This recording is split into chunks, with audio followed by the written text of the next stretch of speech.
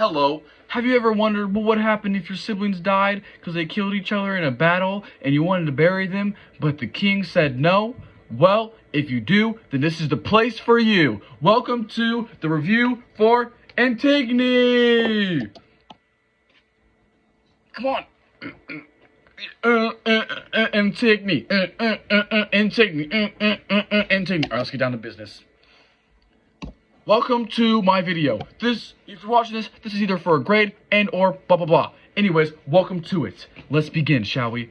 Antigone. It takes place, well, that doesn't take place. It is in the Oedipus cycle. AKA the trilogy of Oedipus Rex, written by Sophocles in 441 BC. Wow.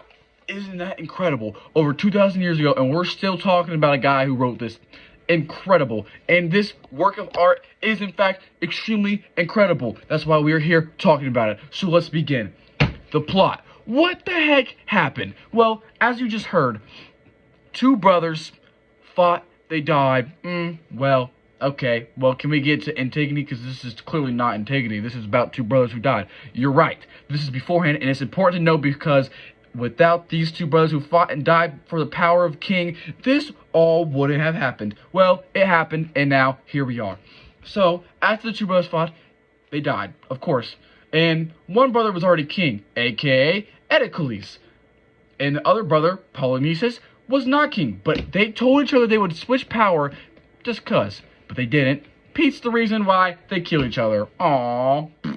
Anyways, they're dead. Now, here we are in Antigone's position and her sister Ismene, mainly Antigone, because these two characters are completely different, but it begins with the scene with them together, and they're basically saying, and by them I mean Antigone saying, we gotta bury our brother. Wait, pause, let me back up. What's happening? What does she mean? Listen, bro, the new king Creon, since you know the other brother died who was the original king, new king said, the old king gets buried, but the guy who tried to take the position away from him and instead died because of it, including killing the king, he has no honor. What? Honor?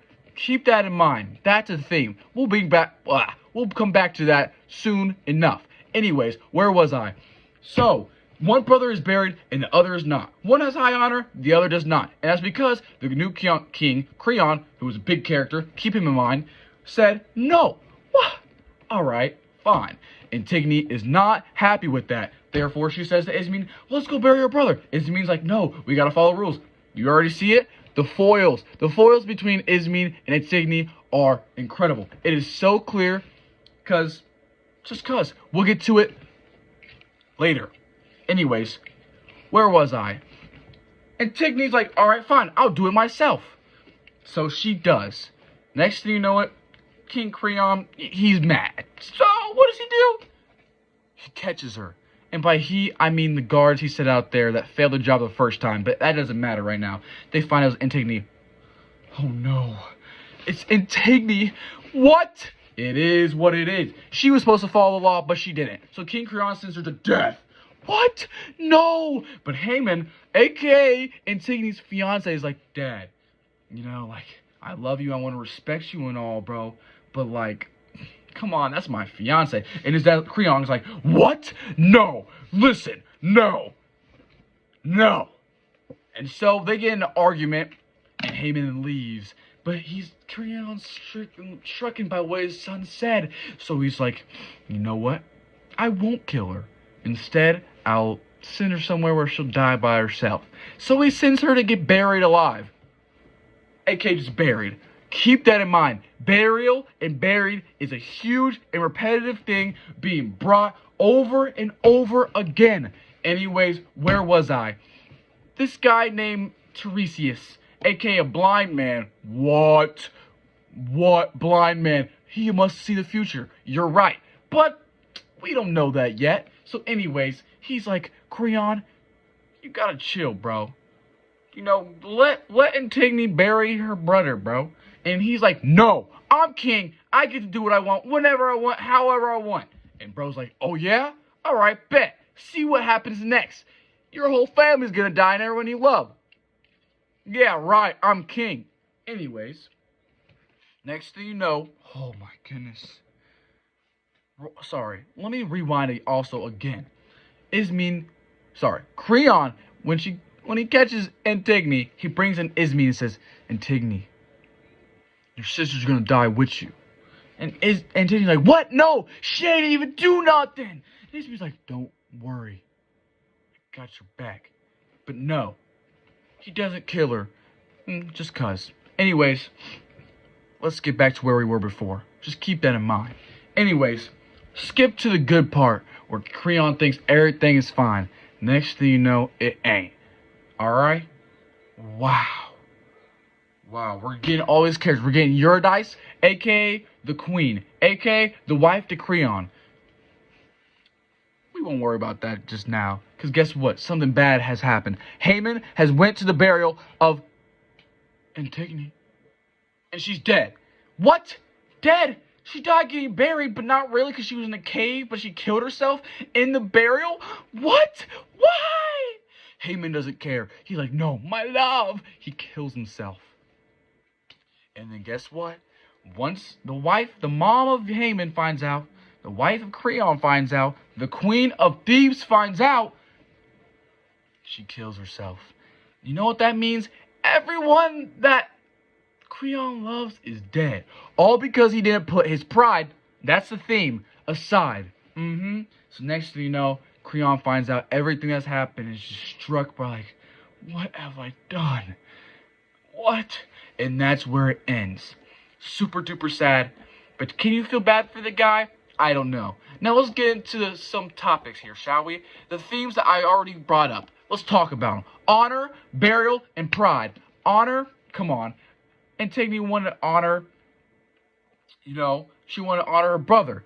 Ismene and kind of Creon. They both wanted to honor the law, because the law is the law. Which, by the way, Ismene and Antigone completely different, but we'll talk about that later. Anyways, the burial, a reoccurring theme. What does it mean? Another kind of sign of honor. Burial isn't really a theme, but in a way it is, because it's reoccurring over and over and over again, and it is a sign of honor, but it's also a sign that the lives are over. Antigone, when she died, Polynices, not Eurydice, that's the queen. Polynices and what's the other brother's name? I should know that. That's on me, guys. Edicles. Wow. And the last theme, which is pride. This is the plot. This is the reason of everything. What kind of honor? Honor and pride are clashing together for, who's going to come out on top. And there is no really winner, because they both are the main reason for this entire play. But pride is a big deal, because Creon, none of this would happen if it wasn't for Creon's pride. And once again, without honor, none of this would be here. So pride and honor, if it wasn't for the pride, and he put all of his pride aside and said, I'm going to let her bury her brother because I get it, then boom, everything would have been A-okay. But it wasn't, because he didn't want to put his pride aside, because he thinks he's all that because he's a king. Next up, what is the question? Okay, let's get serious here. As a believer, what can we take away from this? Pride for everything you have opens a door for life to take everything you are. Tiresias, the blind man, just in case you were wondering, even though I already said it, warns Creon that if he does not put his pride aside, basically, and let Antigone, as I said, and let Antigone do what she needs to do, wants to do, then guess what? He's going to lose everyone he loves. And this can connect to Moses warning the Pharaoh that if he does not let God's people go, putting away aside his pride, then bad things will happen, aka the plagues. And guess what happened? Because he didn't put his pride aside, the plagues came. So that's one that could have come from that. And lastly, for this topic, the biblical truth that we can take away from this is pride. Pride is a huge human bad thing that matter of fact, more than likely all humans suffer. And of course, we can get away from it, but some people don't. Creon never did. What? Who would have thought? And a Bible verse that talks about it is Proverbs 11:2, which says, "When pride comes, then comes disgrace. But with the humble is wisdom." Creon, he would have been so much more wiser if he would have just put his differences aside. But no, he didn't. He trusted in his own ability, his own power, and that he's the king, so he can do whatever he wants. And that did not cut it. He lost his family because of that. Next up, we're going to connect this to how to read literature like a professor. And I'm going to connect this to chapter 22, which talks about... Un momento, por favor. Chapter 22. He's blind for a reason, you know. This one's the most obvious one, because who's the only blind character in the entire play? Your boy, Tiresias. And guess what? He's blind for a reason, you know. And it's true. He is. Because he's blind. Well, and because he can't see, you know. Can't see. He can't see. He sees differently. He sees the future in a way, but in a metaphorical way, I guess. He doesn't have straight words for it, but at the same time he does. And that's exactly what happens. He told Creon once again that if he does not stop and put his pride aside, then boom, raps. What has happened? Raps. Next up. Oh, sorry. Lastly, I want to leave you guys, and by you guys, I mean whoever's watching this video, and by whoever's watching this video, I mean the person who's probably great in this, Miss AG. I want to leave you with 3 questions to really, really dig deep into your brain, okay? Why is Karagos, aka the guy that's basically the lead of the course, so important that he lasted through all 3 plays? Nice. What do you think happened to Ismene in the end? She basically lost just as much as Creon. She lost her dad, all of her siblings. She lost... That's it. I mean, I guess that's pretty much all she really loved that we actually really know of. So what do you guys think she did? Do you guys think she moved on? Do you guys think she died? What do we think what happened to her? Okay? And the last character. What character other than Moses can Tiresias be most similar to? And there's not really a wrong answer. Just think of a blind guy who sees differently in ways that you sees different things differently. Because, bro, there's a lot of blind people out there who can see things without actually truly seeing. And so, another thing is, now we gotta discuss the 4 main characters that were brought up. Okay? Let's begin. Number 1, Antigone. Number 1, of course is her. Why would it not? Antigone, we don't have much of a description for her because it's not really a book. It's just a play, so we don't really get discussion about who she is. But her goal is to give an honorable burial for honorable burial for her brother Polynices. That's all she is trying to do, but she's defying the law to go through it. And she is just like her sister Ismene, her goal is to follow the rules and just simply go with the flow. No.